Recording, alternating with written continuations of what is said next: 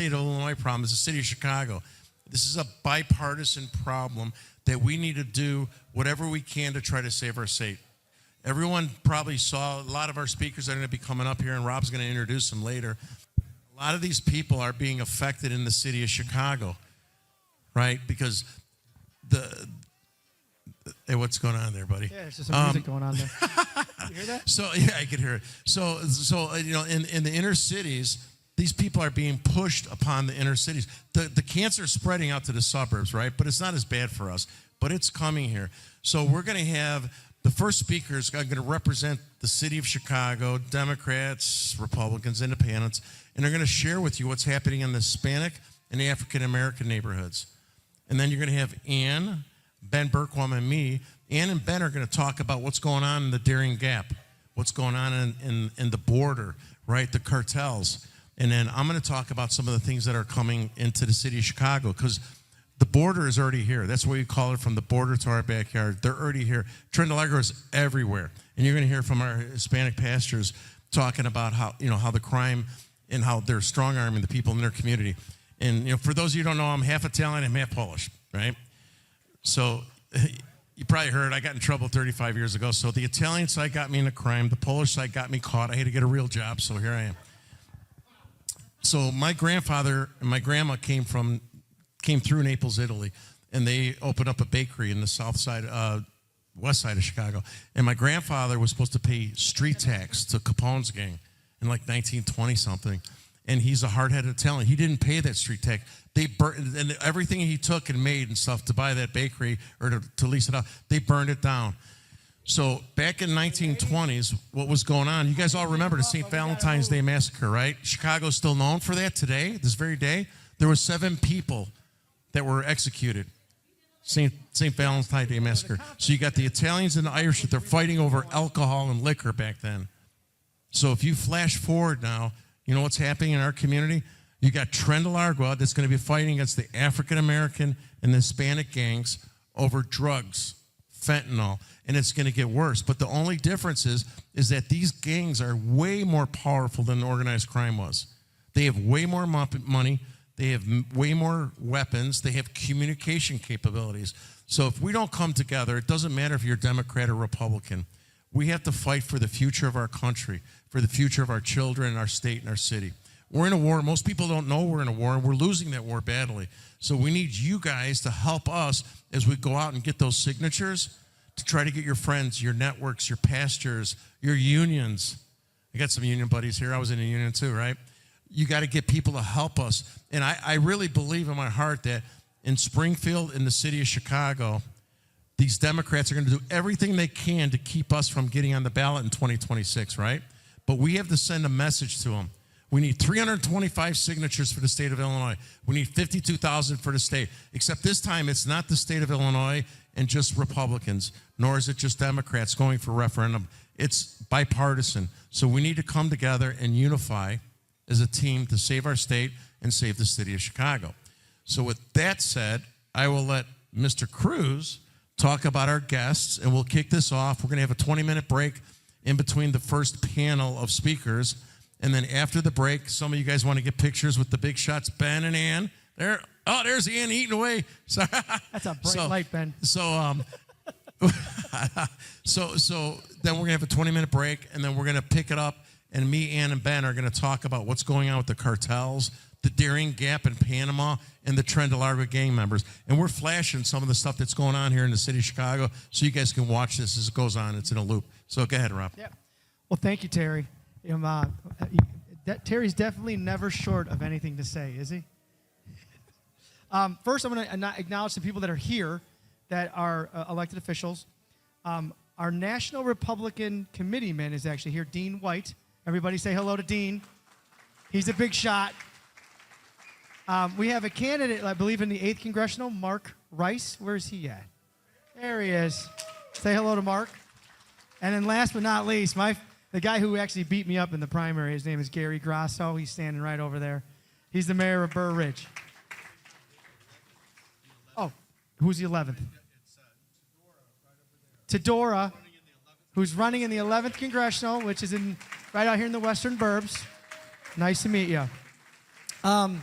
As Terry mentioned, the whole idea of this concept is to challenge the sanctuary city status at the state level and at the city of Chicago level, because we know the General Assembly doesn't want to go do away with it, and we definitely know that the city council doesn't want to do anything in the city of Chicago.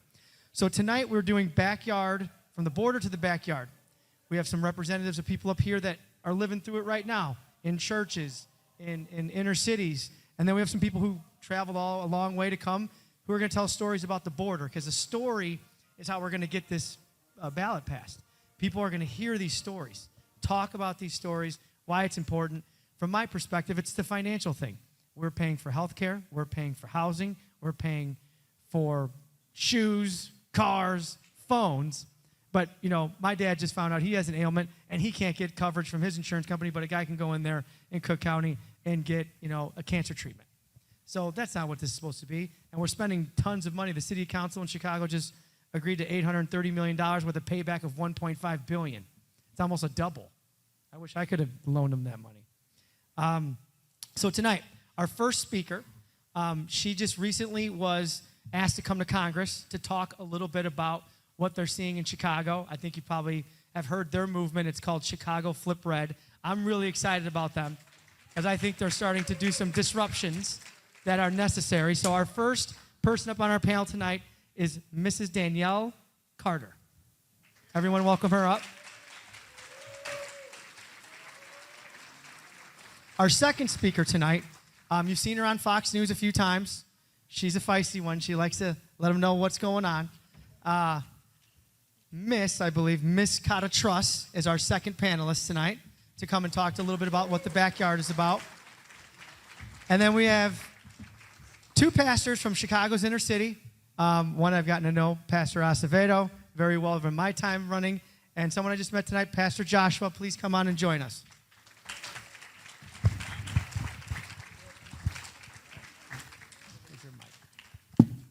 Okay, so first I want to, after I've introduced everybody, give you guys a couple of minutes to tell us your story, right? What you're doing here, why you even care, and, just give a little introduction to yourself. So we'll start with you, Danielle. Hello, everyone. How are you guys doing tonight? This evening. All right, I'm Danielle Carter. I'm a personal trainer, and I have to be here because of the Democrat anti-American Party. So that's what brought me here. Their policies, how it's destroying our community, how they're anti-American. Okay. Go ahead, Daniel. I got you. I can't see you. Oh, you want me to stand? No. You stand up. Just move the podium. Yeah, I'm moving the podium. Move it back a little bit more. Yeah, there you go. Thank you. Oh, okay. Let's do that. Actually, we'll put it over here. Yes, and Mark. so we were tired of Jasmine Crockett, Brandon Johnson, Maxine Waters. Yes, all of those people trying to tell our story and what's happening in our community. So we decided that no one is going to tell our story. We're going to tell our own story, because the lies that they're telling and the things that they have done is treason. And the fact that they let all these illegals over here and put them in our communities, they're not in their communities, they're in ours. Criminals. And not only that, they're fighting tooth and nail to make sure that Trump can't even arrest the criminals. They're going over to Acevedo to get the criminals. This party needs to be in jail for treason, and that's and that's why I'm here and Chicago Flips Red was established, because we're no longer letting the Democrat Party policies destroy our communities, and we are going to make sure we're on a vendetta, because Brandon Johnson has to go to jail, him and Pritzker. So we're on a mission to make sure this coming election that we flip Chicago and Illinois red. That's not bad. Good evening. My name is Cata Truss, and it is a pleasure to be here with you this evening. And I cut my teeth about 3 years ago when the city of Chicago decided that they were going to take one of our parks and turn it into a migrant shelter. And I pulled my community together, and we battled, and we let the city of Chicago and our elected officials know that we were not going to take it sitting down, and that it was not okay for them to take resources from us to give to someone else. We were not okay with that, and we were determined to fight against it. There was a meeting that the city put together and basically was telling us that we had to accept what was coming. I got up the next day, I went down to the Circuit Court of Cook County, and I filed a lawsuit against the city of Chicago, as well as the Chicago Park District, basically to send a message that I was not okay with what was happening. Now, as that was going on, I was a lifelong Democrat, a person that had voted Democratic in every single election for the last 48 years of my life, because that's how long I was able to vote. And when I called my elected officials to find out how they felt about what was happening, my calls went unanswered. And you have to understand that these were people that I've campaigned for in the past. These were people that I've donated money to. I did support Mayor Brandon's campaign. I gave him probably more money than I've ever given any candidate in my life. And so when my calls went unanswered, that was a problem for me.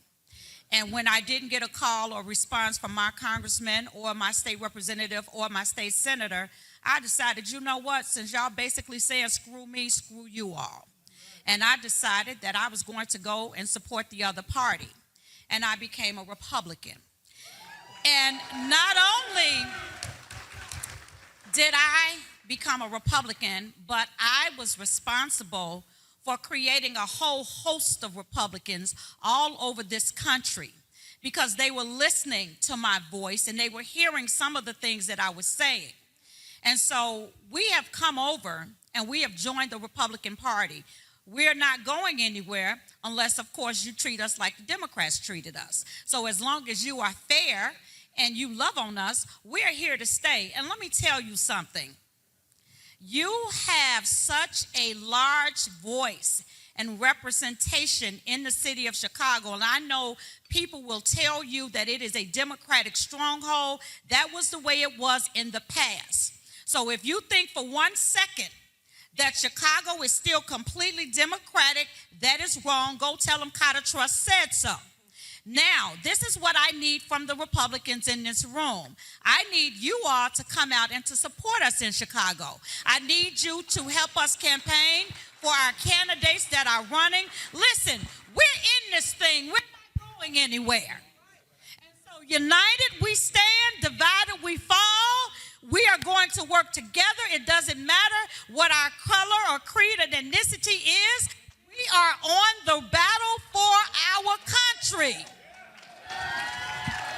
Well,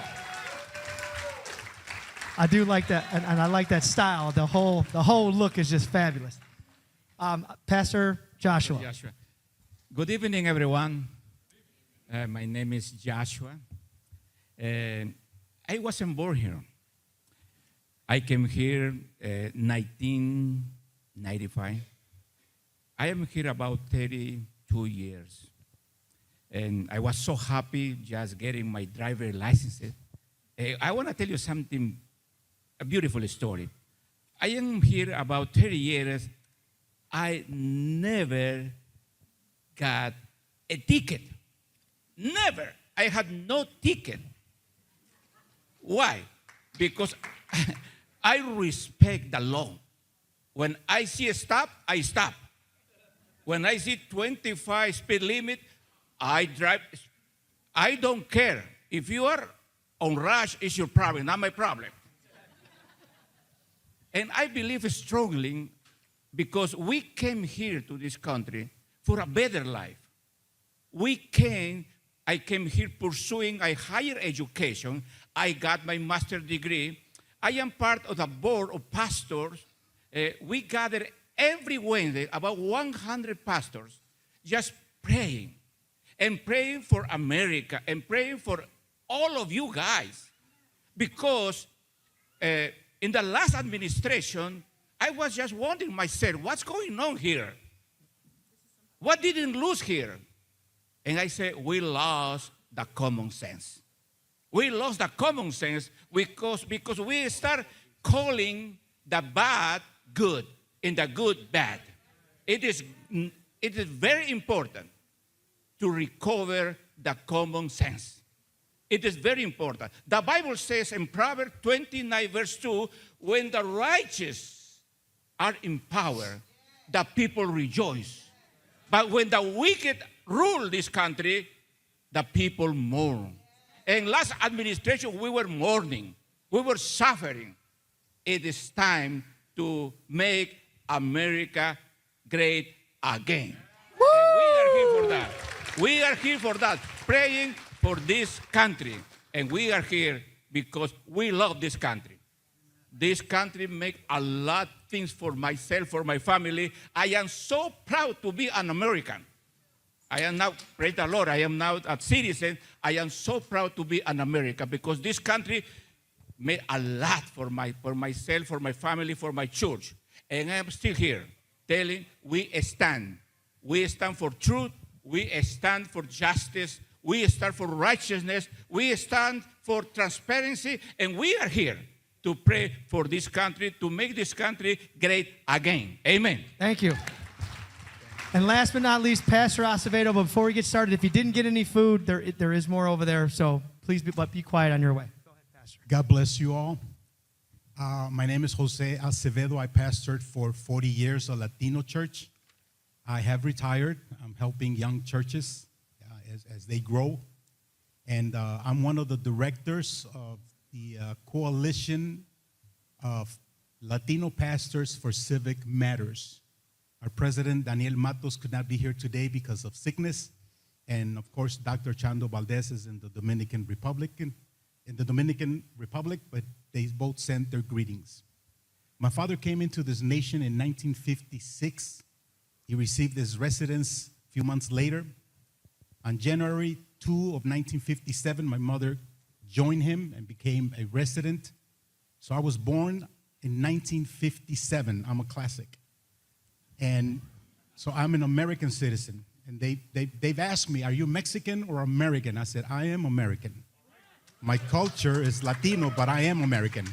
I am Republican. And interesting that I was just sharing with some of the pastors on the table that one of the families in our church, when they found out that I voted for Trump the first time, they left the church.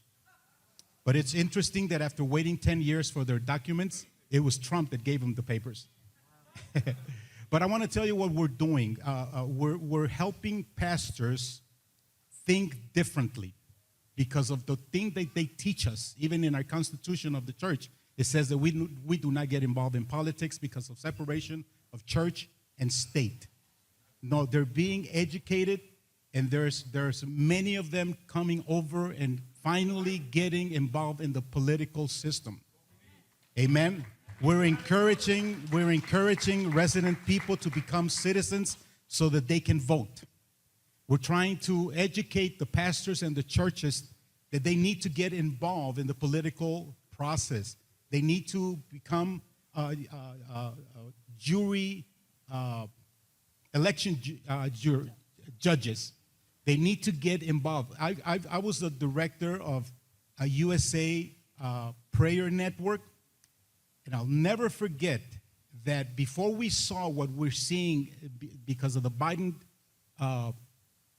era, I remember saying, if we don't pray for Mexico and Honduras and El Salvador, hotspots for crime, and all the stuff that was going on, I said, if we don't pray for them, we're going to see that in America.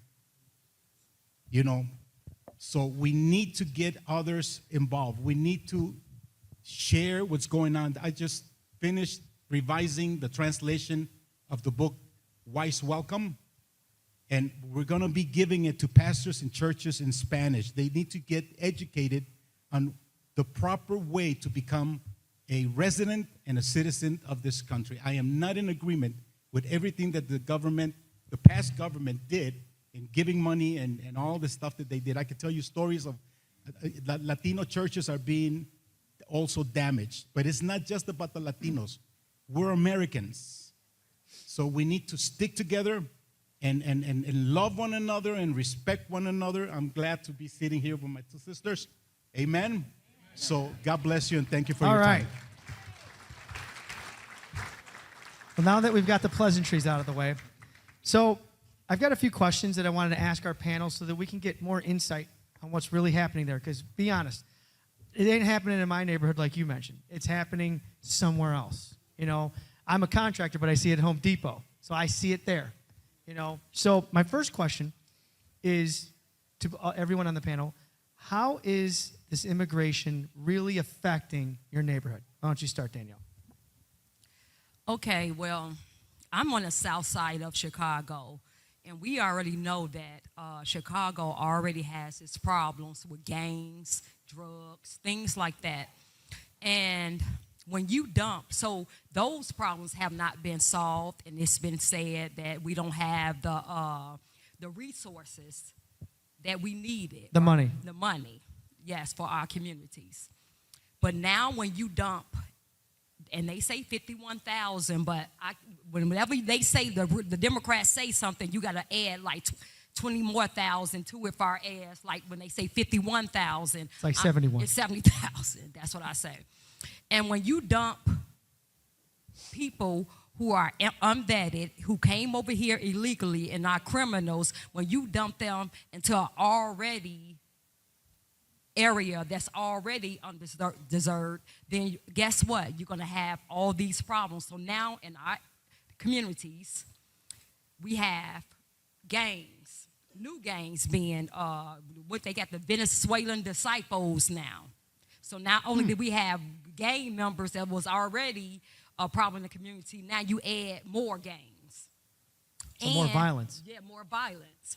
And they came over here. They were, because they were able to come over here unvetted and just came over here, they're not acclimated to our Culture. Exactly. Yeah. So they come over with their culture. So in our communities, in our parks, all you hear is music all night long, all day and all night. They drinking, they're smoking in the parks. You see needles. You see, and where you will normally see where you can go and with your family is them, and they, just drinking with their buddies.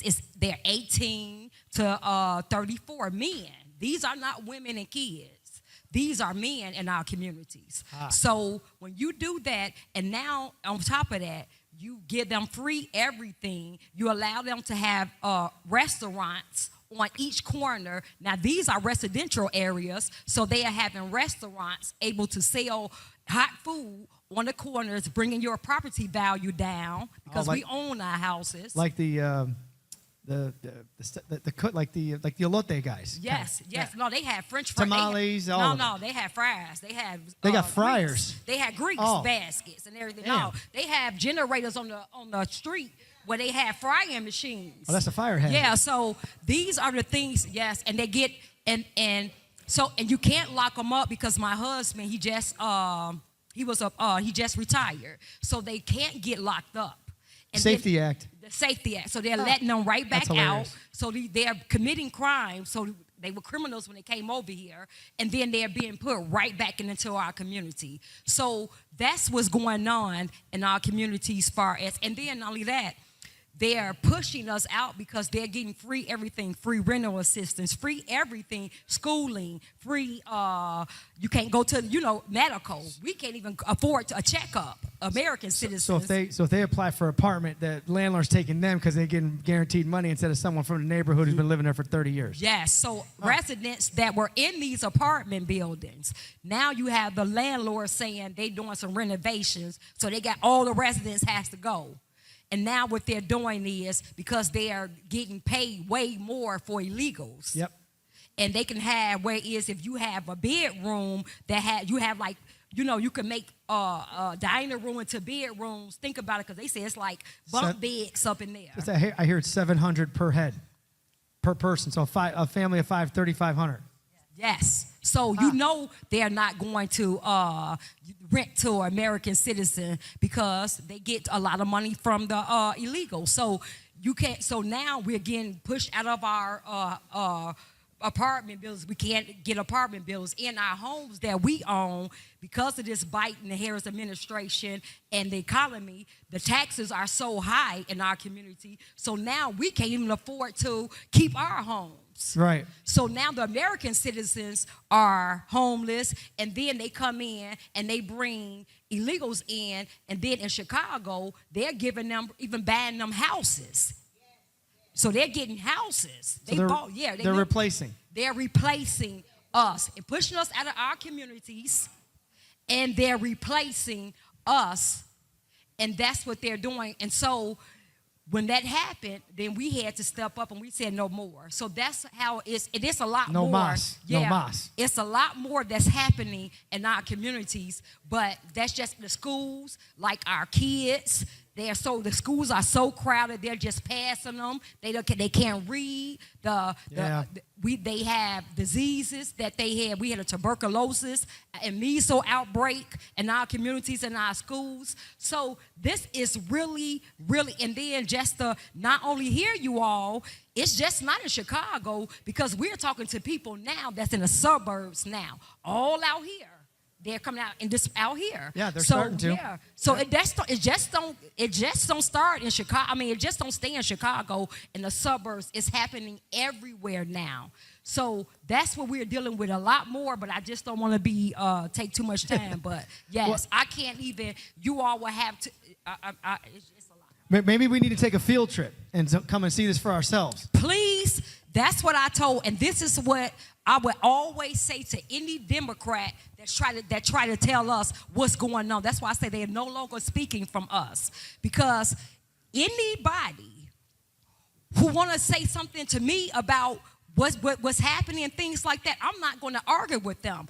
All I'm going to do is say, hey, come to my community without the congressmen and these political elected officials, not with your security, because y'all want us to defund the police. We don't have security in our neighborhoods, so you don't bring yours. Right. Because you want to defund the police. And we're going to take you around, walk you around in our communities so you can see the devastation that you did. Because it was funny when the DNC came, they cleaned Chicago up. Real quick. Real quick. You didn't see not one illegal around. Nope. Sure did. But, yeah, so you cleaned it up for the people who caused the problem because you didn't want them to see the devastation. So I would tell any one of them, and I'm not going to argue with them. I'm not going to listen. Whenever you're ready, and I'm going to pay for the flight, and I don't even have the money. I'm going to pay for your flight. You're going to come, and I'm just going to take you a tour around Chicago, South Side, West Side, and we're going to let you see. And then you tell me after that what you think about what's going on in our community. All right. Miss Truss, hold on. I got a separate question. I got a different question for you, because you piqued my interest saying that you supported Democrats. You were with Brandon, right? So in your opinion, why do you think this is happening? There are several reasons why this is happening. And the first major reason is that, and I can say this, the black vote has been taken for granted within the Democratic Party for the last 60 years. They delivered the civil rights movement, and they haven't delivered anything else since. And unfortunately, we have become so pigeonholed. Well, let me not say we, let me say they, because I've switched over. But people have become so pigeonholed to the norm. And so you have a lot of people that have continued to vote Democrat in spite of the fact that we have been used, we have been marginalized, we've been taken for granted, we've been neglected, we've been set aside, we've been stepped on, we've been kicked on. And I have just decided for several reasons. Well, the first reason that I switched over was because I was just tired of the BS I was receiving from the Democratic Party. But the second reason I switched over, and the more important reason, is because of my religious beliefs. It is because I cannot support a party that thinks that it's okay to kill babies. I cannot support a party that thinks that it's okay for women to play men's sports and men to play women's sports. I cannot support a party that will not be honest and say that even though this is what we're seeing in the world, LGBTQ plus, I'm sorry, is not something that Christians should be a part of. And if I have offended you, I apologize. I am not judging nor condemning, because one of the first commandments that God gives us is to love. And so we are to love everybody, regardless of what their choices are. But we are also to pray for them, to pray that the Lord changes their hearts and their minds. So that's why I am where I am. Well, thank you. Thank you very much. Pastor Acevedo, this will be our last question and then we'll do closing statements. What are the other pastors, Democrat, Republican, what's the overall feeling when you guys get together on Monday morning for breakfast? Yeah, I was sharing with Rob that on Monday I meet with them, friends of mine, every other Monday, and we were having a discussion about what Trump is doing. And one of the pastors is not in agreement with Trump. And Pastor Angel told him the problem that you have is that you're only listening to the news that the Democrats are putting out. You need to hear the rest of the story. And good news is that he had a change of mind by the time we finished the meeting. And that's what we're doing. We're trying to do with many pastors as we can, you know. So so that's basically what happened on Monday. So and we're doing it beyond our just friendly meetings, you know. And the Latinos that have been waiting for years for the residency, they're angry because they see that these people that just came in have better opportunity. They jumped the line. Yeah. Right? They jumped the VIP line, and like you said, people have been waiting a long time, did it the right way, Yeah. did everything correctly. Yeah. And many Latinos, good people are losing their jobs to the people that are coming in. They're being replaced. Yeah. And for example, there's a community in the Humboldt Park area that one of these gangs, the only thing they do is rape little girls and women. We need to get rid of them. And believe me when I say this, I pray every day for President Trump, for Tom Homan, for the people that are in the front lines like Rob and you know, because we know that the enemy is real. God is real, but the enemy is real. The fact that they try to kill Trump, it's proof that the enemy is out there. So we pray for protection. We pray for divine protection. Whether you're Catholic, Protestant, Jewish, it don't matter.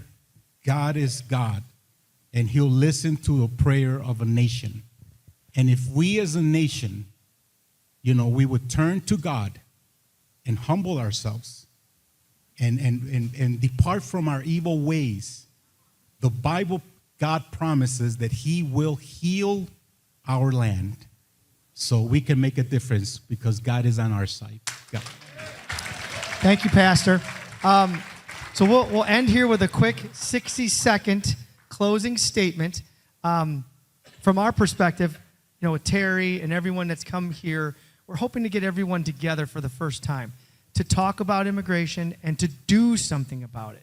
And if your elected officials aren't going to pass resolutions to get rid of it, then the citizens have one check in our society, and that's to bring it to the ballot so that we can make the decision ourselves. No Democrat, Republican, or Independent should disagree with that the people should decide how we handle the situation. Not Brandon Johnson, not J.B. Pritzker, not the General Assembly, not the City Council. So with that being said, 60 seconds, one closing statement. Danielle, you're first. First, let me take the time out to thank Zoe for founder of Chicago Flips Red. Thank you. What up, Zoe? Zoe, for even got Zoe here. Okay, so only thing I want to say is, you all, we need Chicago. We need a lot. We need help to flip Chicago red. We need all of you all help. So please, we're on a mission. We're going to knock on doors. We're doing everything. We're going in the community. We're doing everything it takes to flip Chicago and Cook County red, because if we do that, we know Illinois will turn red. So we need your help, and we just ask you all to please, please help us in Chicago and Cook County to flip it red. Ms. Truss? Unity. We need unity. Our country is craving unity. But more important than unity, we need prayer. Saints of God, our country is in turmoil, whether we know it or not. And earlier we were asked a question about what's happening to our communities. Eventually the money and the freebies are going to run out. And it's probably going to become cannibalism if we don't find a way to bring God into every aspect of what has happened. And so if you are a prayer warrior or intercessor, I need you pulling double duty, because I think that this summer is going to be one to remember. But with God on our side, we have authority on the earth and we can change it. Let's do that. I like that. Let's do that. Amen. The Bible says that faith without works is dead. We gather over 100,000 signatures for the thing that we wanted to do with the schools. But then Pritzker did what he did. I remember that when he took the churches to court during COVID, I sent him a message through Channel 5 and Univision.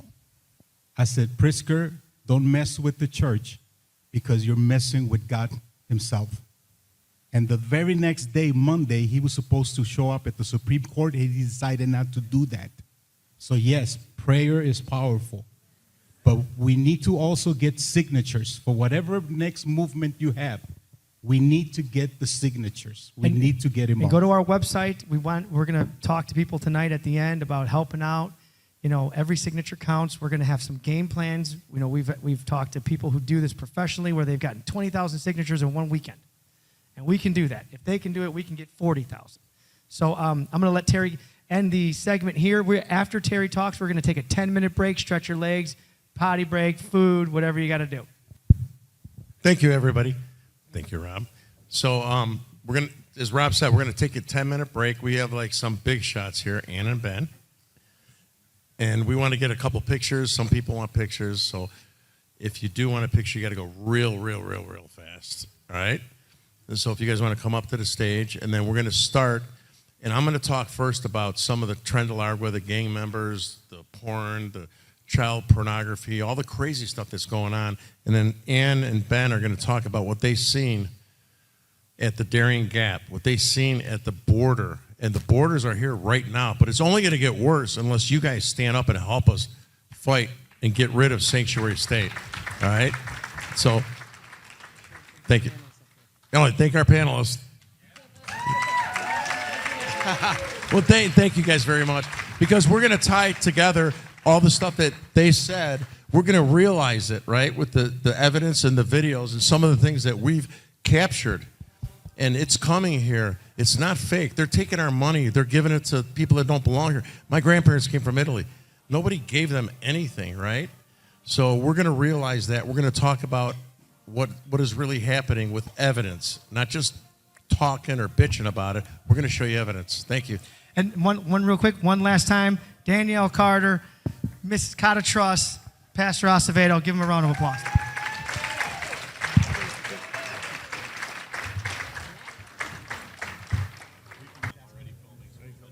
All right, so thank you.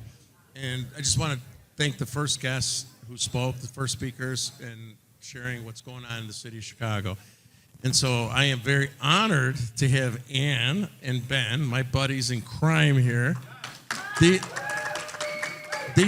two patriots put their lives on the line. And you guys don't understand how dangerous it is to go to the Mexican border, to go to the Darien Gap, and you're going to hear from them. And they're out in the middle of, you talk about the front lines, like, they're in like behind enemy lines, but behind the government lines. They're in Panama and Mexico. So they're going to share some of the stories. Jason's going to show some of the things that I think a lot of you folks are familiar with what's going on here in the city of Chicago, right? And so before we start showing the slideshow and some of these videos, you got some videos, right, Jason, that we're going to show? Jason. Is that a yes or no? Are you confused? Oh, there we go.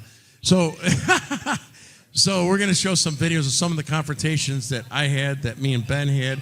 Unfortunately, Ann was like not with me. So we're going to show some of the yeah, she is with me in spirit. She is. So myself, Ben, confronted Trent DeLargo so many times here in the city of Chicago. These guys are infiltrating our communities, especially the Hispanic communities and the minority communities, and they're strong-arming the people. And then we have just the Venezuelan immigrants that are going in our schools. They don't even speak English. I sympathize that families that come here from Mexico, right? Or anywhere in South America, but that doesn't mean that we have to let them in here. We can't even pay our own bills in the city of Chicago, state of Illinois, and the United States of America. So until we can pay our own bills, take care of our own citizens, take care of our own veterans, there's no reason why we should take care of people that come here from a different country, right? It's not a right. We don't owe it to them. So we're gonna show some of this stuff. Jason, breaker 19. So I'm just gonna talk to some of these. Can we move that a little bit, Ben, or no? Turn it a little bit that way. Oh no, I'll sit here. There we go. All right, can we turn it a little bit? I want you guys to see some of the things that we've been encountering here. Whichever, you got them in order there or what? No, my videos. Mike Lauber, my videos.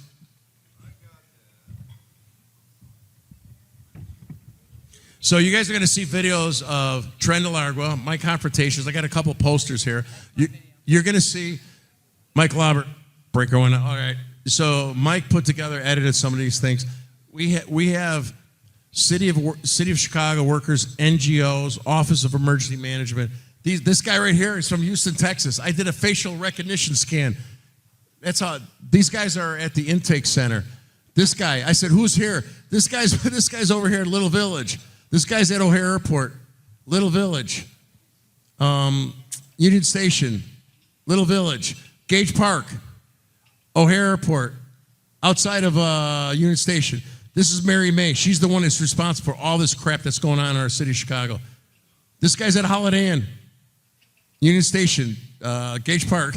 You guys go, wow, it's like, holy shit, it's going too fast. It took me 12 years to go through junior college. All right, that's me and Ben over at the intake center, O'Hare Airport. So we have evidence, you guys, of first-degree murders. One of the biggest crimes that they commit in the city of Chicago is they do murders, rapes, human sex trafficking, child pornography.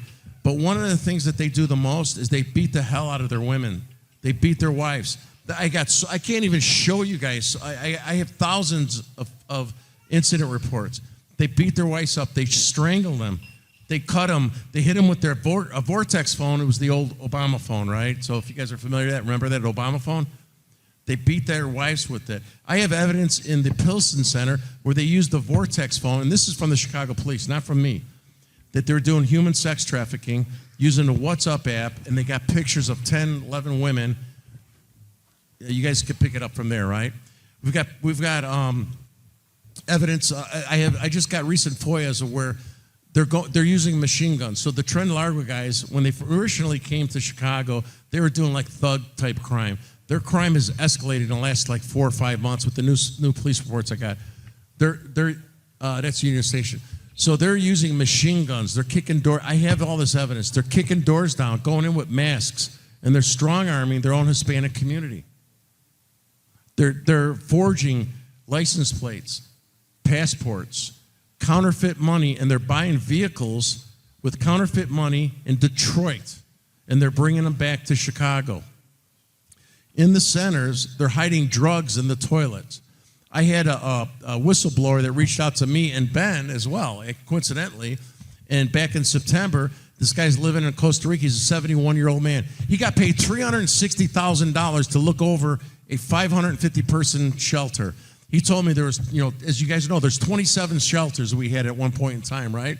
So the way the hierarchy was is that you had this PMO, $360,000. Under him, he had 2 project managers. They worked 12-hour shifts at $275,000 each. Then they had 2 operations managers at $200,000. Then they had the security guards. Then they had the food people. So, I mean, these guys are, the city of Chicago, our country, our government is raping us. And at one point in time, this guy told me that the politicians, the Democrat politicians, were upset that all these people that were coming in, they get cars and hotels. So the guy told me he had to pretend he lived in the city of Chicago. He had to change his address for the political ramifications of the politicians in Chicago saying, why aren't you giving our people this money, right? And at 73rd Street in Cicero, I was just there this weekend. And if you all have my card and stuff, right? So I was there with the MAGA guys. My MAGA buddies are here, right? Stand up, MAGA guys, right? So, yes, these guys are doing a great job, standing up for Elon Musk and stuff. So I met them on Sunday. And I went to the Holiday Inn where Ben and I were both assaulted, right, Ben? And you'll talk about it. And so I had a confrontation with one of the NGOs there. And then when I was leaving, I was filming them. And the guy flashed, not a Latin King, it was like a gangster disciple. We have security guards that Mayor Brandon Johnson is paying gang members to oversee the Venezuelan gang members. And it's, you guys, if you look at my card, you'll see all that stuff. There's stories coming out on it. So, this is Metro Police. This woman's telling me I don't have the authority to film a bus on the sidewalk of City of Chicago because she told me that they signed a contract with this bus company, and in the contract, you're not allowed to film them. I'm like, go screw yourself. I'm staying on a sidewalk. That's a bus. And then she tried to get these guys to arrest me. And I told them, I'm not mad at these Hispanic people. They want to make a better life for themselves. That doesn't mean I want them here. My grandparents came here. But I don't want them to come here and take advantage of our system, right? It's hard to have, I'm a Catholic, I'm not a good Catholic. But it's hard when you see people come in and try to have a better life for themselves. But until we can take care of our own people, there's no reason we should take care of other people. Oh, this guy's a piece of crap. This right here. Look at his tattoo, American flag. I was making fun of him, the flag up there. I was harassing him. He's like, he walks away. It's like, and then he called the police on me. I'm like, you got a lot of balls. I go, he called the police to try to arrest me. I go, you're bringing Trent Largo in here. And these police officers, if there's any police officers here, you guys might be killed because of this piece of shit is taking these guys and funneling them in our city of Chicago. So he walked back in here like a little coward bitch. Sorry. Girls, cover your ears when Terry talks, okay? Look at it was aggravated sexual assault. This guy's telling me I couldn't film there. He's the only police officer that tried to defend him. And I pushed back at him. I got a little Terry-ish on him. And he was trying to defend those guys and tell me I couldn't film. Ben and I were told we couldn't even film from the street. So I think I talked too much. I don't know if any of you guys have any questions on Chicago before I hand it off to Ann and Ben? Let's save the questions till the end, Terry. All right, so who wants to go first? Ladies first? Thank you, Terry. That was colorful. All right, so I have the pleasure of talking to you all today. Thank you so much for having me. Thank you, Terry. And Ben, always good to see you. At least this time we don't have chiggers and bed bugs on us coming out of the Darien Gap. Doing a little reporting around the world is interesting, especially when you travel with people like Ben Bergquam, but I've been partnered with a guy named Michael Yon. He's a very famous war correspondent, Green Beret, wonderful human being, actually still planted in Panama right now. I did about 4 or 5 trips down there to Panama where we went down to the Darien Gap, which is an inhospitable part of the world, with incredible people. The indigenous Indians that live there are for the most part, lovely. There's a few that are a little rowdy, but they've gotten rowdy because their whole world is upside down. They are experiencing the same thing you are, except that they are there living literally in harmony with nature, and you have been living in harmony with, first world problems. And frankly, the same people that are upending your communities here are the very same people that are destroying theirs.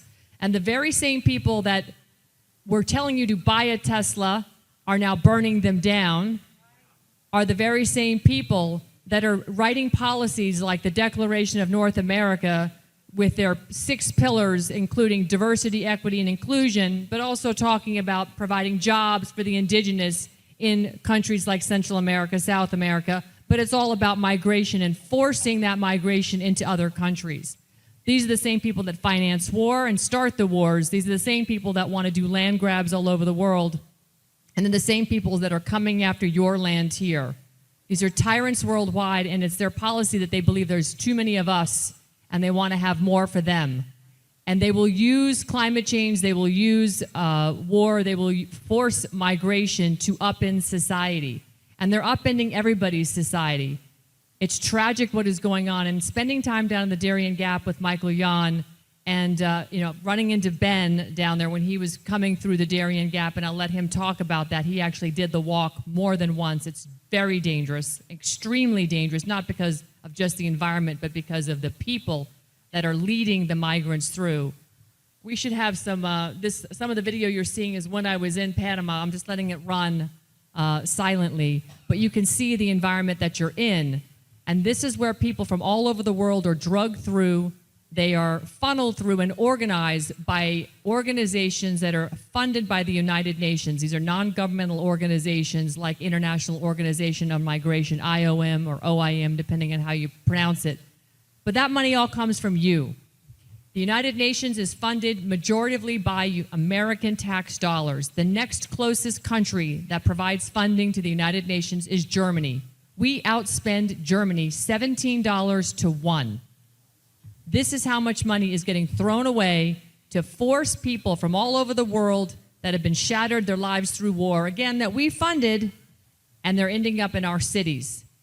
The worst part is the previous mushroom pedophile who squatted at 1600 Pennsylvania Avenue completely ignored Article 4, Section 4 of our Constitution. He should have sent the military to the border and shut it when this invasion started, but he encouraged the invasion. He made sure that the money was going directly to, with his partner in crime, Alejandro Mayorkas, the former Department of Homeland Security's secretary, who was also a former board member of another non-governmental organization called HIAS, Hebrew Immigrant Aid Society. Ben and I have seen HIAS signs all over the Darien Gap, along with UNHCR and American Red Cross, the EU. Our flags are all over down there, IOM, etc. These NGOs are funded through the UN. There's 264 of them, and sadly in Panama, the beautiful Fort Clayton, which was our southern command post in Panama, which is opposite the Miraflores locks of the Pacific entrance to the Panama Canal, no longer flies the American flag, although it might one day again. It flies the United Nations flag, and they house 64 of their non-governmental organizations on our former Army base. A beautiful campus that is actually undergoing renovation. Did you see it recently? It's being renovated. So I think that's a good thing, I hope. Depends on who's paying for it. We're probably all still paying for it. It's UN money. It's still our money. The problem that we're looking at, folks, is we have such a big machine out there. It's worldwide. And America has been the funding engine for it. And our dollars go around the world to create problems like this. People that we encounter deep in the Darien Gap jungle have come through a horrific 3 to 6 day journey through this treacherous mountain terrain. They're led in there by cartels that if they don't steal their money or rape their women, they could potentially kill them. And Ben can tell you he's seen plenty of dead bodies. And if the weather and the elements and the mudslides don't get them, they make it to the other side, and they're most of the time broken and just can't believe what they experienced because they were promised a Disneyland experience by the IOM, the International Organization of Migration, to get from point A to point B, to get through the gap and then on their way to America. But along the way, what they don't tell you, and what I should have brought my show and tell, is they'll provide rape kits to the women before they go on this journey through the Darien Gap. Because guess what? You're most likely going to get raped. So when there are protection and day after pills, it's all in there. Oh, and a map. And it makes it look like it's going to be a shiny, happy experience, but it's anything but. These people are treated like cattle. They have to pay for this. And if they make it to the other side and they get to America, they're just expecting this incredible experience. But what happens? They end up in cities like this in Chicago, and in some instances it's forced labor, and other instances it's sex slavery, child sex slavery. But at the end of the day, they've managed to beat the system because, I don't want to date anybody, by show of hands, anybody in here getting Social Security? Are your payments over $2,200 a month? That's what they're getting, and that's the starting pay scale.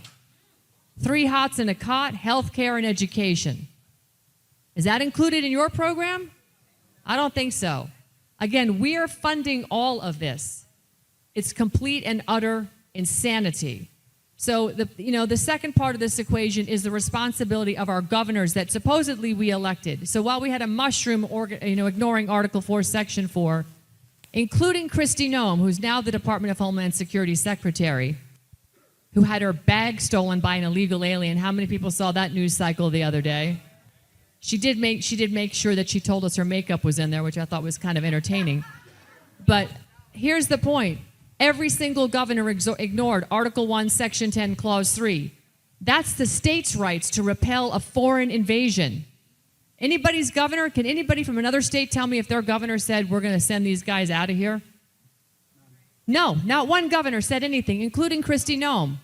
I find that shocking. And again, if you remember January 6th, we were all there. President Trump, prior to, did ask this, Mayor Bow Wow if she wanted the National Guard. Nancy Pelosi, they were all asked, and they all said no. Okay? All the states had to do was ask for federal help. Send in the National Guard so we can repel the foreign invasion because we don't know if our state's National Guard is enough. Nobody asked. So nobody showed.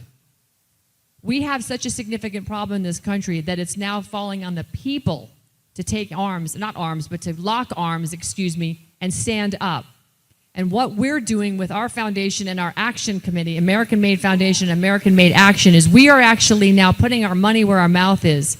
I have stepped away from doing what Ben does so well every day. I'm like, good, Ben's got this. I'm stepping away from the microphone and I'm going now into action mode. Like what Terry does, I'm getting more action mode. And what I mean by action is this. American Made Action is now completely committed to the Department of Government Accountability, where the people are going to use common law, our Constitution, to repel the foreign invasion and repel unconstitutional agencies. And we're going to dovetail not only what DOJ is doing, but what President Trump is doing by these executive orders, which by the grace of God, if we can win in 2026, we might turn some of these into law and clean up some of the mess. But part of that specifically is getting people to engage in the common law process and using notices and affidavits en masse and flooding Trump and flooding Bondi with demands about what we want. And I'm going to tell you specifically, defunding this foreign invasion. I'm looking at right now I just asked Chad, I said, let's see how much money is going out of Chicago here to help you guys fund this. So I said, let's find out how much money Chicago allocates to your homeless veterans, because the last time I was here with Chad, wherever Chad is, we were standing outside one of these homeless encampments at a very nice, what was that hotel, Chad? It was like Homewood Suites or something? Over here. It was a Homewood? And it was along the Lakeshore Drive, right? Yeah, prime front real estate. Homeless veterans have nowhere to go, but your friendly aliens that invaded your town are living in luxury in that hotel. So I said, Chicago, how much money is going to homeless veterans to fund and house these folks? And guess what? Chicago does not publicly report a specific budget line dedicated exclusively to homeless vets. Instead, support is integrated into the broader homeless and housing programs. So then I look to see, well, let's see how much Chicago spent on assistance for the illegals in this city. In 2023, Chicago City Council approved $51 million. On top of 2021, they also had an additional $70 million.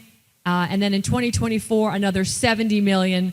And then in the total city spending was $310 million for migrant-related services.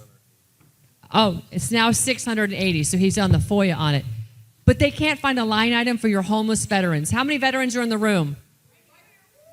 So you're feeling pretty good about your city of Chicago with these numbers? $2.2 billion for the state. And it goes into the billions of dollars just to get these people here. So what we're doing and what I'm asking you guys to do is to seriously get involved, not just talk about it, not just send tweets and posts and emails, but let's start engaging in actual action items with accountability, with notices and affidavits. I didn't put a QR code into this, and I'm now kicking myself. I wish I had. There's a website I want you to go to, and it's not mine. It's a friend of mine that's helping us write these notices. Please write this down or put on your phone recorder, whatever. WeThePeople2.us. WeThePeople2.us. Ron Bouchard is an expert in writing notices and affidavits, and literally in one click, he's got notices for just about everything that we can flood the zone. And on Tuesday, I'll be in D.C. We are standing there, and we're going after agencies that are corrupt. We're going to dovetail President Trump's executive orders 14215 and 14219, which specifically dovetail right behind the Supreme Court overturning Chevron with respect to agencies adjudicating themselves, essentially, which is completely corrupt. But we are going after agencies that are unconstitutionally acting and behaving. But more importantly, we are going to defund. And we're starting with CPS, which is part of the child trafficking empire that the United States government has absolutely led the world in, specifically with the open border. Ben and I have seen thousands and thousands of children. I have videos of just Middle Eastern men in the middle of the night, 3 a.m., streaming in with Customs and Border Protection. That's right, an agency that is funded by you, facilitating these people coming out of the Rio Grande and handing them over to Catholic Charities.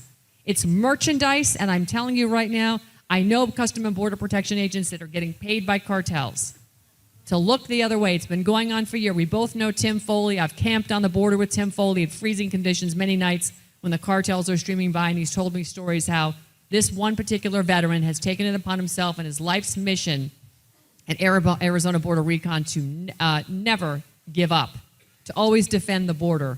And they put $250,000 on his head, and the cartels, when he finally asked the cartel, why are you, trying to pay me off? They said, well, we pay Customs and Border Protection $15,000 a month. You won't take it, so we're going to take your head with us for $250 if somebody wants to do it.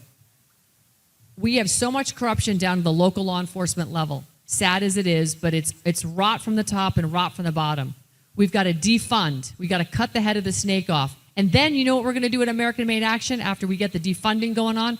We are going to file federal lawsuit after federal lawsuit at every single agency that has committed crimes against all of you, in addition to the judges that are completely ignoring the law. We've already got these lawsuits, by the way, folks. It's like cut, copy, paste. Cut, copy. We're writing them, and we're just making adjustments for statutes in states. The folks over at United Sovereign Americans know all about that.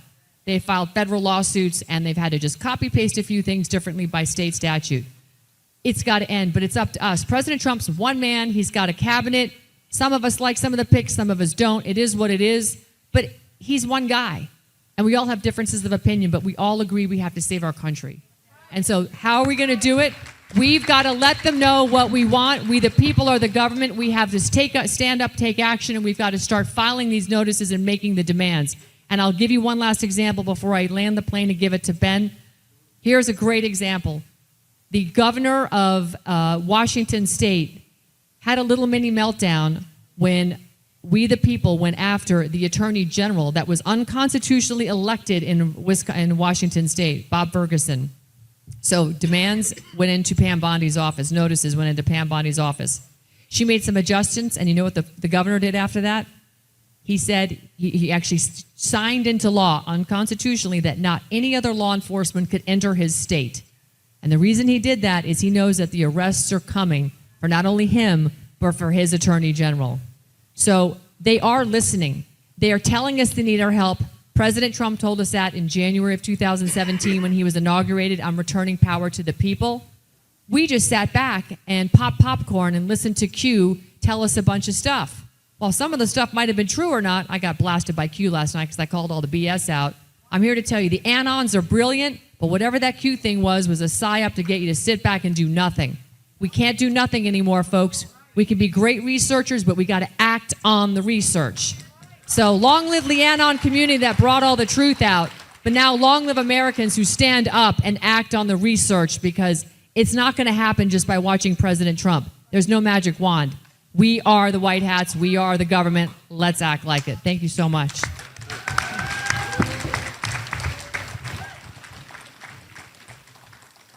Well, great to follow up on that. I'm going to go through a few videos here and just give you an idea of some of what we've seen up until this point.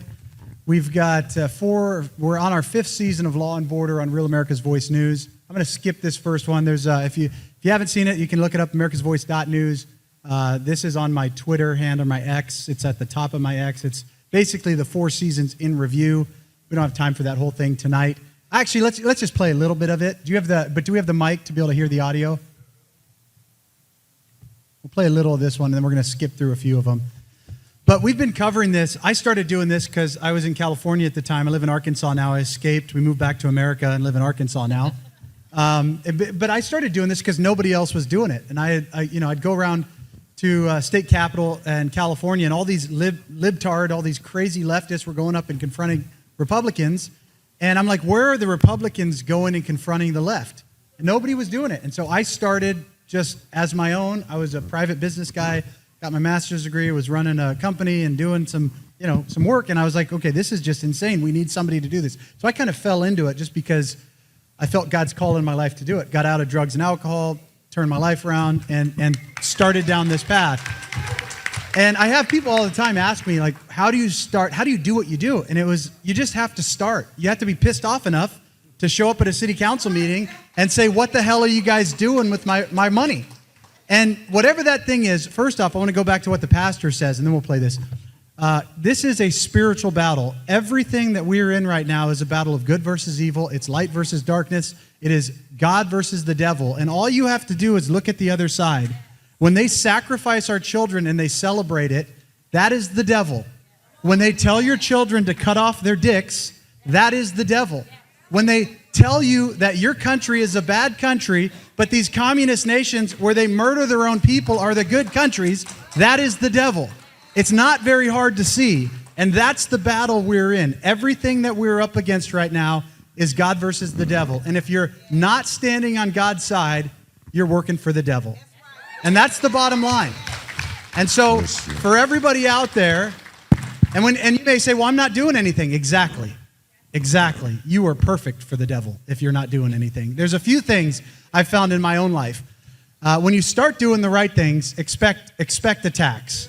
Expect to be attacked.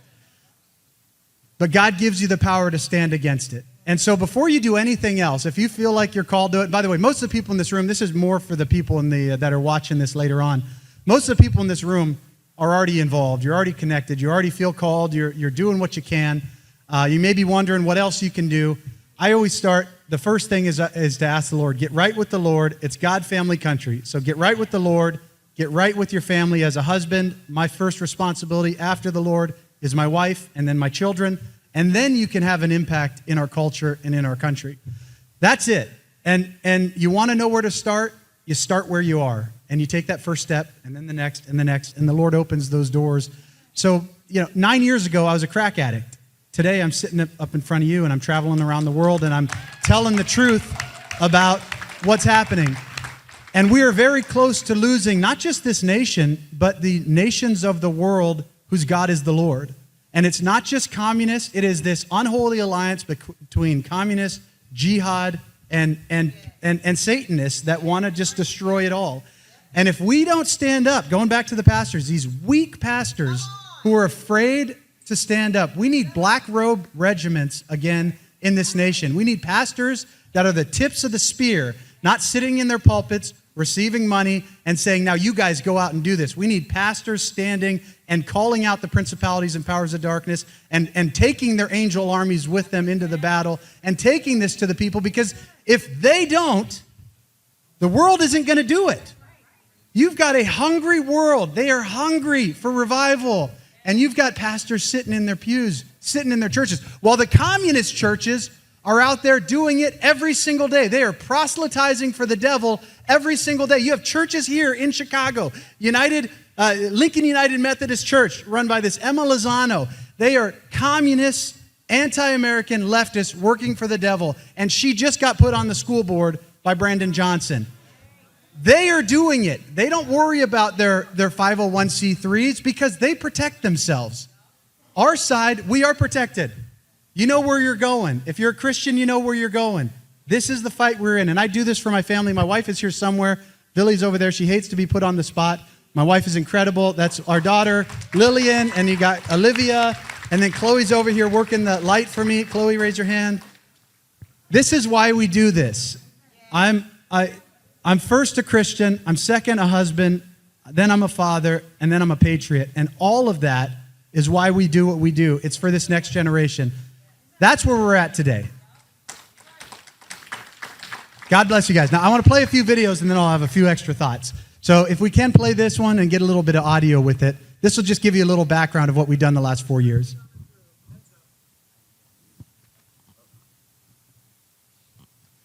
So this is just, I don't know if we're getting audio. If not, I'll just talk you through it. So this is basically, we started Law and Border working with law enforcement in La Jolla, Texas. This is La Jolla, Texas PD. This was in the jungles of Panama on our first tour with Centerfront, the Special Forces. These are guys going through it. It's hell on earth. Ann told you a little bit about it. It's pure hell on earth. And if anyone, this is, by the way, pristine jungle, UNESCO World Heritage Site, 60,000 tons of garbage. When I went through there the first time, it's probably over 100,000. This is on our southern border in Sunland Park. This is in Arizona. She talked about Tim Foley. This is video from Tim Foley. That's Tim right there. Arizona Border Recon with armed cartel members bringing people in.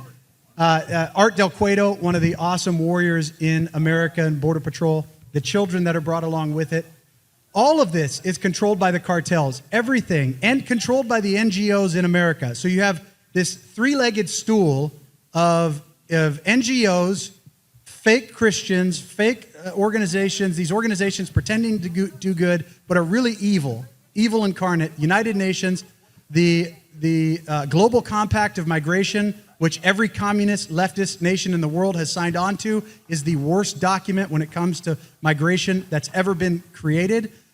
President Trump got us out of it. Joe Biden got us back into it. President Trump has got us back out. That was just a shootout we had in the jungle where the Gulf Cartel, this is a tiny little village in the jungle with 5,000 illegals that were coming through it every single day.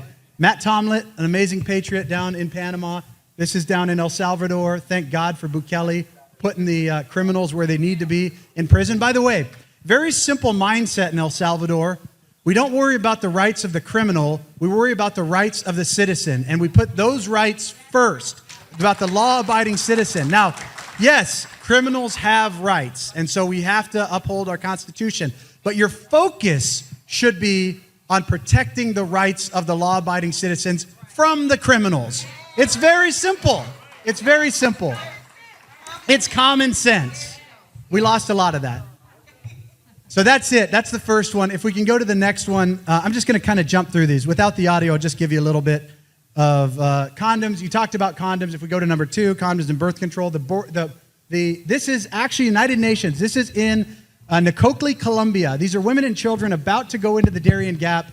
This is a sign. This is Oscar Blue Ramirez, an amazing patriot from Tijuana, Mexico. By the way, who can't come back into America because he's trying to do it the right way. Got involved in trafficking years ago. Got protected or got by the last administration under President Trump was allowed to come in. Democrats went back after him. And so he's stuck down in Mexico doing incredible work. He's a patriot, an American patriot, Mexican patriot, amazing guy. This is what the kids had in them. And we started reading it. We're like, what the hell is this? Condoms, birth control, morning after pills, a whistle, and as Ann said, a map to guide your way. That's what they do. They give them, they say, This is the United Nations and CARE and all of these leftist humanitarian organizations. They say, we know you're going to get raped, so here's the stuff for the rapist. Try to put it on them, would you? And then when you get out, we'll catch you and we'll get more money to send you on your way. Secretary Mayorkas and his controlled flow operation, we were down there. Actually, Michael Yon filmed it when he landed in Panama down at the entrance to the Darien Gap. I flew in the next day. That entire administration under Joe Biden, the regime under Joe Biden, was about human trafficking. It was about coordinating and exploiting human trafficking. And the 85,000 missing children, that's a tiny number compared to the actual number of missing children that were run through child trafficking under the last administration. It goes from the, as Ann said, from the top to the bottom. If we can go to the next video. And I'll just kind of, again, talk through these. It goes from the top to the bottom. I just came back from Mexico a couple weeks ago. Again, this is one village down as you come out of the Darien Gap. This is Lajas Blancas, right outside the Darien Gap. A village of about 200 people on a good day. Sometimes they're lower than that. 5,000 illegals per day were pouring through at the end when Joe Biden was in there. You know how many people are coming through there today? Almost zero. Almost zero. And Joe Biden said he couldn't do it, and Secretary Mayorkas said they couldn't do it, and the Democrats said they couldn't do it, and all you had to have was a president who put America first, and it ended. That's it. That's it. Let's go to the next one. And you can watch all of these videos again, all 30 episodes. We're in our 5th season. All of that, it's at americasvoice.news. These are the boats when we first started going down the river up into the Darien Gap. We would see 10 boats at a time. By the end of it, by the end of the invasion that the Democrats invited, this day we saw 116 boats of illegals from all over the world. This isn't people just from Central America and South America. This is everywhere. Iraq, Iran, Syria, everywhere, every country, China. You got the CCP sending their spies into our country to destroy our country from within. Let's go. Next one.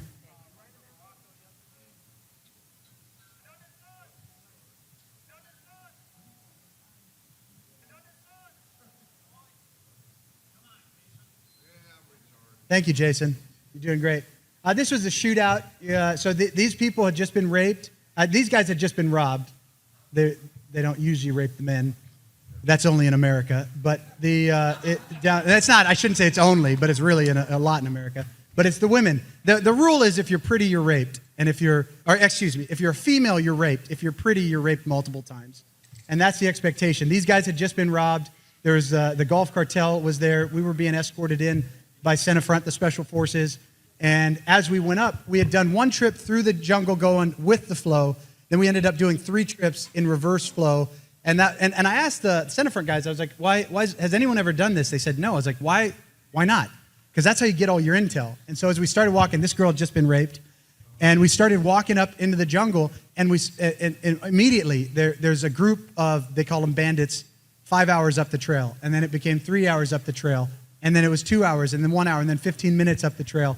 And as we were getting closer to them, the stories got more and more and more horrific. Everyone was robbed. All the girls were raped. The children, they had daughters and children with them. A lot of times they're raped as well.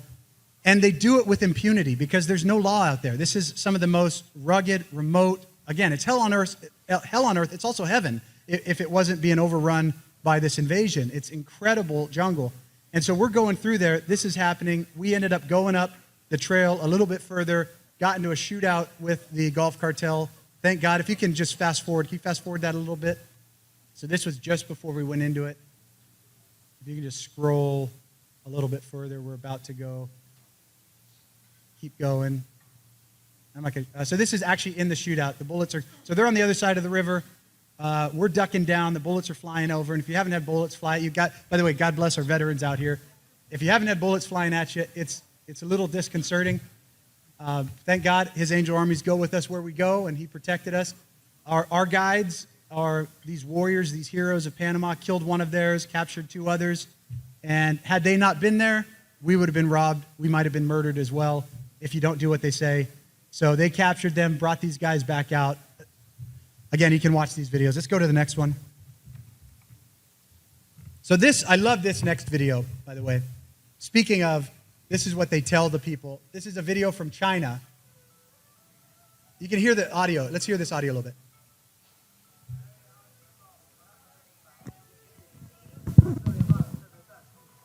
Yeah, so this is actually, when we talk about this as being a global, I call it a global travel agency. The cartels are over the entire world. Sinaloa, the MS-13, TDA, all of these guys, they're working in countries all over the world. Obviously, the CCP is their own cartel. These are advertisements that were actually being played in China to entice people to come through the Darien Gap. These are boats that we were on from Nakokli over to Kapurganan. And they make it look like this great travel brochure. You're going to get on the boats. You're going to go across the jungle. This is how widespread this was. Again, people think about this and you think, oh, it's just these poor, innocent people that are coming across that want a better life. No, this is an industry. And it all goes back to the amount of money that you and I and every taxpayer is funding into these organizations. This starts, they may have the advertisements in China, but this starts in America with the NGOs and the United Nations and the Democrat politicians that are bought off by the cartels that are saying, we need to support these people. This is humanitarian. These poor people just want a better life. They don't care. They don't give a damn about these people's lives. They want the money and the power that comes along with it. And so all of that happens here, but it then ends up becoming a video in China inviting people to come over. And you have some Christians. We met some Christians fleeing the CCP that we met coming across the Darien Gap, but we also met people that said, yes, the CCP is sending their spies. And the problem was for 4 years, we couldn't vet any of them. They just all came through. Border Patrol was so overrun, they became cartels for the Uber, or Ubers for the cartel. They would just let them in. I actually had a situation where I met a guy from Iran who was at the camp with another guy from Afghanistan who admitted to him that he was an Afghanistan terrorist who was part of taking over when Joe Biden left our $80 billion there and left 13 service members to die and hundreds to get wounded. He was coming over because he realized this was the way to come into America. I met him, this illegal alien member, terrorist member of Afghanistan, said his name was John Smith, told that to Border Patrol. The next day, he was released into the United States. The guy from Iran called me about a week later and said, hey, that guy that you were down there with me, he's a terrorist from Afghanistan. He admitted it to me. It took me an hour and a half to get anybody from Homeland Security, again, this was under Biden, to even take the report to try to find out where this guy was. Come to find out, he had already been released into the United States. They said they were handling it. I had to talk to 3 different agencies before I got somebody on the phone. I actually got sent to a call center, some Filipino guy that told me he couldn't even take the report unless I had the guy's first and last name, which I did, his real first and last name, and the made-up first and last name. I needed to have his date of birth and his current residence. And I said, that's your job. You guys are the ones who released him. How the hell am I supposed to know where he's at? He's a terrorist in America. Go do your job. That's one guy out of the millions that Joe Biden let in. And right now we're living in that. As talking to Tom Homan, we get to do amazing stuff with Tom Homan and ICE and Border Patrol. I'm blessed to be able to do what I do because we tell the truth at Real America's Voice News. Unlike most mainstream media outlets out there, that's why we exist, is to tell the truth and expose what's happening. We get to do this stuff, and Tom says it, and all these guys say it all the time. It's not a matter of if, it's a matter of when. The terror attacks are coming. They're coming to our shores. We invited them in. They are here right now. There are cells all across our country. And all you got to do is look at Dearborn, Michigan, and you say, when they say they're not doing enough, all you got to do is look at every one of our college campuses where you've got people marching for Hamas, and you've got Columbia and NYU and all of these universities that have been taken over by communist jihadists, this unholy alliance that want to destroy our country. If we don't wake up to this very, very, very quickly, our country is dead. That's what's happening. Let's go to the next video. So from there, from the Darien Gap, I came back up, and I actually discovered this. A lot of my reporting is showing and telling, and I get a lot of people say, how do you find this stuff? I just show up. This was one I was down there with my buddy Tyho Decker, and we were traveling. We were actually showing the little stalls in Mexico. Again, there's an industry about this. They have an entire shopping center. Basically, all the little stalls sell the clothing, everything you need, the camouflage, everything. A runner, and I'll just differentiate between the runners and the give-ups on the Mexico side. So we were down there in this little tiny town called Sonaita, right across from Lukeville, Arizona, and all of a sudden I started seeing all these illegals running on the U.S. side of the wall, and I'm like, what the hell's going on?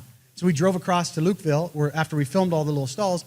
And this is when we broke the story that there were thousands. They had moved from Yuma, Arizona, and they were all coming across Lukeville, Arizona. And every single day, men, you see these tents, all men from Africa, from the Middle East, all single adult males between the ages of 16 and 30, the vast, vast majority of these guys.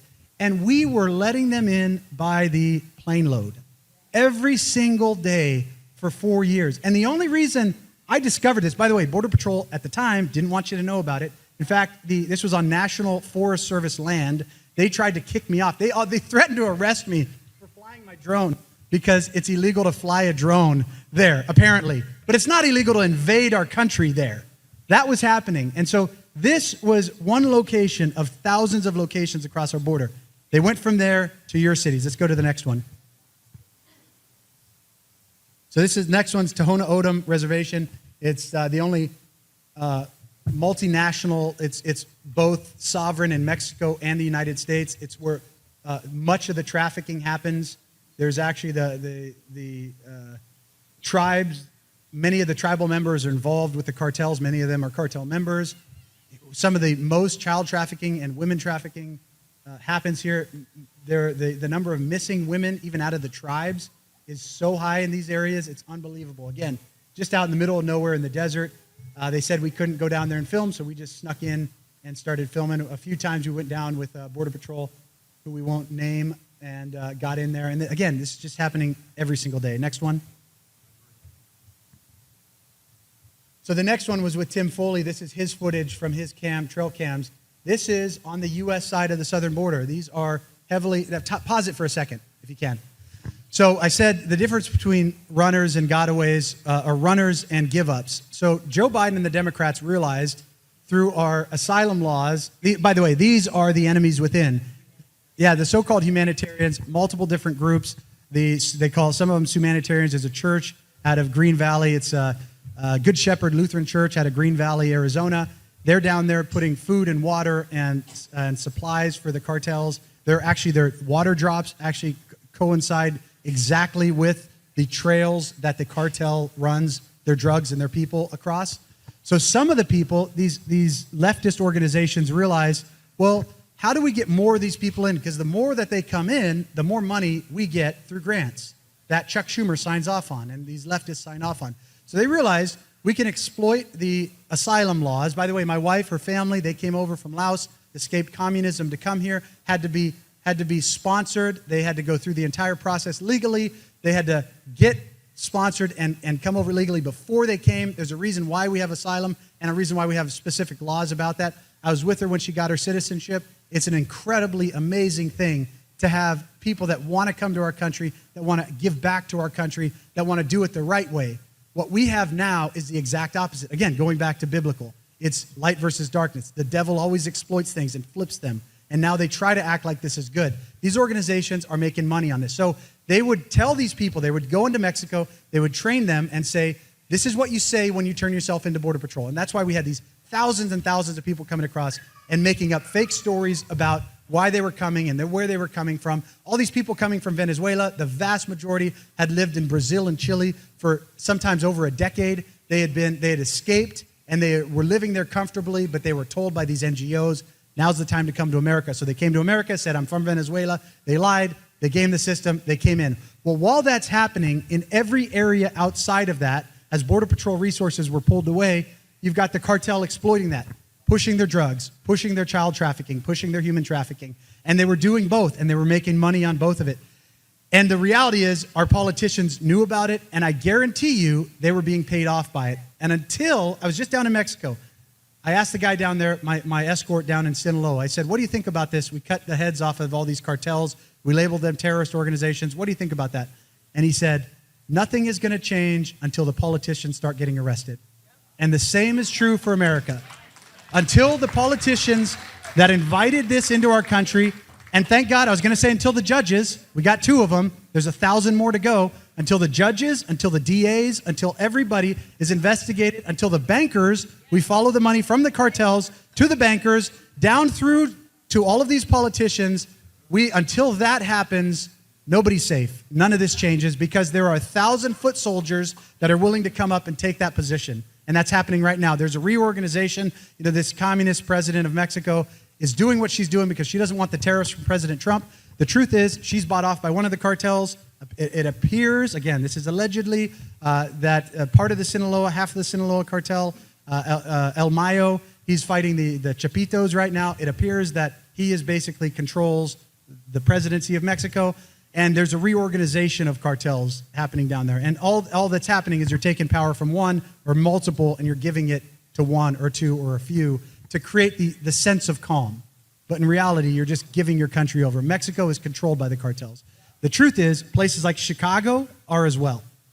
And the majority of major cities in America are as well. Let's go to the next one, and then we'll probably land it.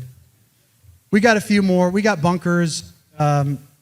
We got trails, all of this stuff happening.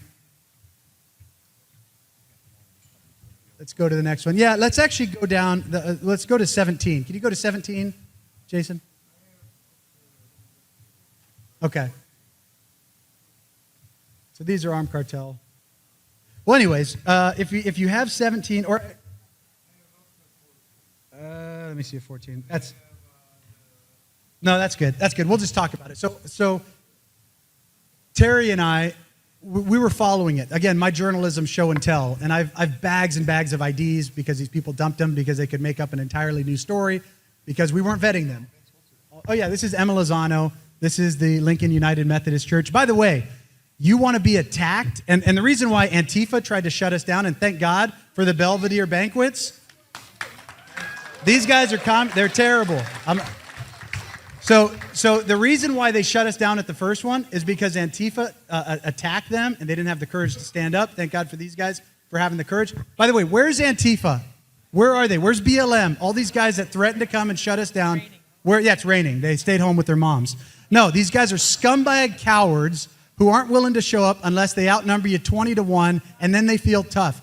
The only way they're defeated is if you stand up, and sorry, there's a time where you punch them back in the mouth. Now, I believe in the Old and the New Testament, you turn the other cheek. Jesus said to turn the other cheek. He also said to take up your swords. And there's a place for it. And until we actually stand up against these guys, when they're running your country into the ground, your cities into the ground, we got to stand up. Where are you now? Antifa, where are you now? You're invited. Any event I do, you're invited. I'd love to have a conversation.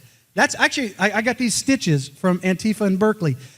I got these because I wanted to find common ground. And the truth is, most Americans, whether you're black, white, brown, whether you're either genders, and there's 2 of them, there's not 57, it doesn't matter what community you're from, most people, if you actually have a conversation, you find common ground. And the truth is, the left, the communists in this country, not all Democrats, but the ones that run the Democrat Party, they do not want us having these conversations. They don't want us finding that common ground. And because they know as soon as we do that, they're lost. They lost, we won. And that's the key to all of this. So that's it, and we won tonight. The key is that we have to be willing to stand even if you stand alone. This battle is just beginning. A lot of people, I thank God President Trump won. We fought so hard to get the truth out there when the mainstream media was lying about it. And they're still lying. They're lying even more now. But the battle, the war is just beginning. And so if you think the left is giving up on this, guys, their coffers are full. They've got trillions of dollars between Soros and all of his PACs and all of these organizations and all of these NGOs and all of these fake communist churches. They've got trillions of dollars, and they are using it not just in America, but the Western world. Look at England. I was just over there this summer. You've got the jihadization of the Western world happening in England as well, and in France and all these places. It's just the beginning. And my message, my request to Chicago, some of you guys are doing incredible work. My request to you, Chad, I love you. The work you guys are doing is incredible. And Chad will agree with me on this, and Mark Weiermiller and some of you guys, David Shostokis, and you guys are doing incredible work. The key here, the enemy is winning here because we are dividing ourselves. There is so much division. And by the way, some people need to be called out. If you're a rhino and you're working against, I'd rather have a Democrat than a rhino because at least the Democrat stabs me in the front. But to the people, to the people who are on the same side, whose enemy is the same, you've got to get your ego out of the way. And we've got to come together and say, this is for our children and our grandchildren and the futures of the nations of the world. We got to come together because as one body, we are strong. As divided individuals, we are weak, and the left knows that. If you do that in Chicago, you won't just change Chicago, you won't just change Illinois, you will change America, and you will potentially change the world. Chicago is the epicenter. It's where all the bad started, and it's where all the good can start. This is the place where if we are going to see those changes for the good in America, I believe it comes from here. And the only way that happens is if you guys unite. You kick the bad actors out, you kick some of that stuff out, but you also go to your brothers and your sisters and you say, look, you may have something against me. What is that? It's what the Bible says. You take your brother aside. You don't blast him on social media and call him an idiot and destroy him. You say, hey, if you're my brother, what have I done to wrong you? Let's come together. If you're my sister, what have I done to wrong you? How do we do this as the body? If you do that, there's no limit to what you guys can do. And so I'm just here as a guy in the media. I'm honored to be able to be a part of this. And I'm honored to be with you guys tonight to start the fight. This is the start. Thank you. So Ben and Ann, where could you guys be followed at by everybody here? Go ahead. By the way, so americasvoice.news, all of our work, Steve Bannon. By the way, I tried to get him to come on. A lot of these, he'll come, I'll get him on the phone. And he was with President Trump tonight. Sorry, guys. He was, but Charlie Kirk, all those guys, great work. Real America's Voice News. It's americasvoice.news. Please do me a favor. You can download it. You can go on your phone right now. Go to your app store. Look up Real America's Voice. Download the app. You can watch all of my episodes of Law and Border. But the most important thing with that is to share it with your friends, to tell them stop watching CNN, stop watching Telemundo. And by the way, we need a great Spanish alternative to that. We're working on that as well with some of the folks out there. There are some great Spanish alternatives. But all of these, get this information out to your people. We also have, my organization is frontlineamerica.com. And then we have a nonprofit. Well, we started a long time ago, but my brother Will Johnson and Josh Fulfer, we are actually just kicking that off again to give support back to Border Patrol, to ICE, and to the Angel families who've lost family members because of the illegal aliens. So that's frontlineamericafoundation.org if you want to support that. We're just kicking that off again this week. So my organization is frontlineamerica.com. Our nonprofit's frontlineamericafoundation.org. And then again, americasvoice.news. Give it up for Ben. That's a real journalist right here. Amazing, truly. I can be followed at annvandersteel.com. All my social media links are there. And if you want to get active and you want to be part of the solution, you want to be part of the Department of Government Accountability, DOJA, head on over to AmericanMadeAction.org. Thank you so much. Thank you. Thank Hey, you, Rob Terry. Cruz, get up here. So how many Catholics are here? Well, how many Catholics are here? Sorry. So Kelly's going to run. We have $360 left for the winner of the Split the Pot. So if anyone wants to get in it, raise your hand now. We're going to do that. How many Catholics? should again? just- Sorry. Donate it back to us. How many Catholics? So I'm a Catholic. Do you guys know how guilty and culpable our church is with this illegal immigration? Do you know that? So if for those of you that are following us, and you'll look up Terry Newsome 357 on X. So Ben talked about his history. 357 stands for when I was in 1980s. I was working with the Cali cartel and the Herrera cartel. It changed my life. I went to jail. I used to carry 357. That's my. Sorry. So anyway, I changed my life dramatically. A lot of drug addicts. Right? So at Terry Newsome 357, if you want to see what our Catholic Church has been doing to the city of Chicago and America, right? I have evidence from the FOIAs. They were putting 55 illegals up per day in apartments. They had to build extra shelters because the women were being beat up for their husbands so much. Terry, we got to do the split the pot. Shut up. So if I wanted you to talk, I would have asked you. So anyway, Again, anyone we gotta else wants to add to Split the Pot, just go ahead, Joey, and we're going to do that. So oh, you ready to do it? All right, so I just said that. one last thing.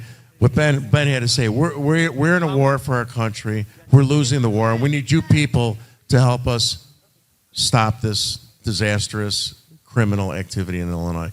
We need you guys to help get signatures, all right?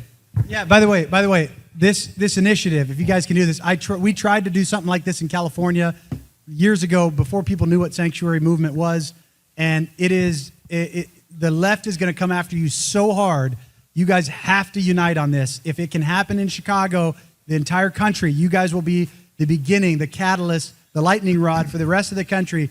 But it's so critical. You got to raise the money. You have to raise the money to get the signatures. The signatures are important. You can get a ton of volunteers, but you got to raise the money to get the signatures. Focus your efforts on that. And again, if you guys do this here, it will change the country. It will change the country.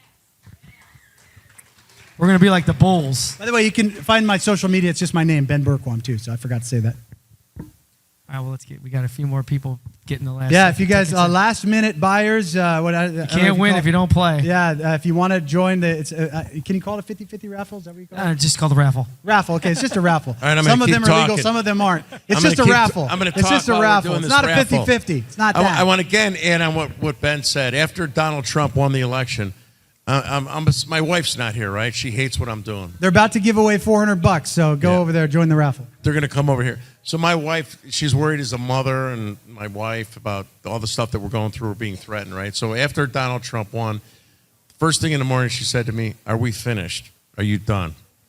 And I'm going to reinforce what Ben said, is the battle just started. We can't rely on Donald Trump to do this by himself. It's all you guys here in the audience, right? We all have to step up. We got to get signatures. We got to help him. We got to fight for him. Everything ends if in 2 years we don't get that a larger majority in the House and the Senate, because there's still rhinos in both. The reason why President Trump's doing everything through executive order is because you don't have the votes in the House and the Senate to do a lot of what needs to happen to make these changes permanent. If we don't get that in 4 years, if they steal the election again, it's over. It's over. It's not just over for another 4 years. They're so close to destroying this country permanently.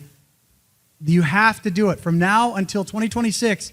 Again, get the initiative, flip the sanctuary policy, but you have to get MAGA in the House and in the Senate to give President Trump the backup to make these changes permanent. Otherwise, you get a Joe Biden in there and they turn it around the next day. All right, how we doing, Kelly? Just another And point. if you had any questions, by the way, we'll stick around. I'll stick around for a few minutes. Happy to answer any questions. So, the work that was done by Ben, Real America's Voice, Operation Burning Edge down in Panama actually effectuated a regime change, believe it or not. President Molino, the new president of Panama, was elected because the work that we were doing down there exposed how corrupt their own government was, how infiltrated by the NGOs, the UN-owned NGOs, basically funded NGOs, our tax dollar funded NGOs. Panama realized they lost control of their government, so the people ripped out their one leader and put in a one that's working with us. Hence, that's why President Trump is negotiating over that Panama Canal to bring it back under our control. Because, again, China has moved in, Iran has moved in, Russia, other countries have moved in, and this is communist creep at our door, and that's what we're experiencing here, and you're seeing it in Chicago. You're seeing it in California. Case in point, Ben, right here. So if we can have an impact in a foreign country, and it's a small ragtag fleet of journalists down there that are raising holy hell and calling me a conspiracy theorist for pointing stuff that's being done in their own country that they're trying to cover up, if we just work a little bit harder here, we can do it here. We can do it here. But you got to help. You got to help. All right. We're getting ready to draw right here. But I want to thank Jennifer Hayes, Kelly, Jason Hayes, Mike Lauber, and all our other speakers and stuff, and my little Hispanic buddy from Oak Lawn. My big Dago buddy over here. And I want to thank all you guys for being here, because the change is only going to happen if you guys help And thank us. you guys for coming out and not being afraid of these little thugs that threatened as well. Thank you guys. You guys are awesome. Say no to Pantifa. And Ben, you said something like that caught my attention about other people trying to do this before, right?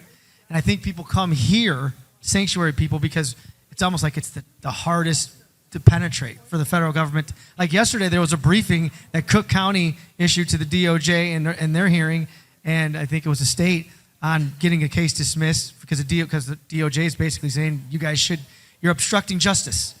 And unfortunately, even though I don't know if we're going to win that, but people hear that in the news, and if you're an immigrant and you're undocumented, where are you going? justice. You're coming here. Yeah, by the way, Pritzker needs to be arrested. You guys know that. Johnson needs to be arrested. I mean, it's so obvious. And until that happens, again, a lot of this doesn't change. But as soon as that starts happening, these sanctuary jurisdictions, these guys start going down on federal charges, and they talk about retribution. Look, it's justice. It's real justice. We had injustice. Now we're calling for real justice. Right. That's it. That's all we want.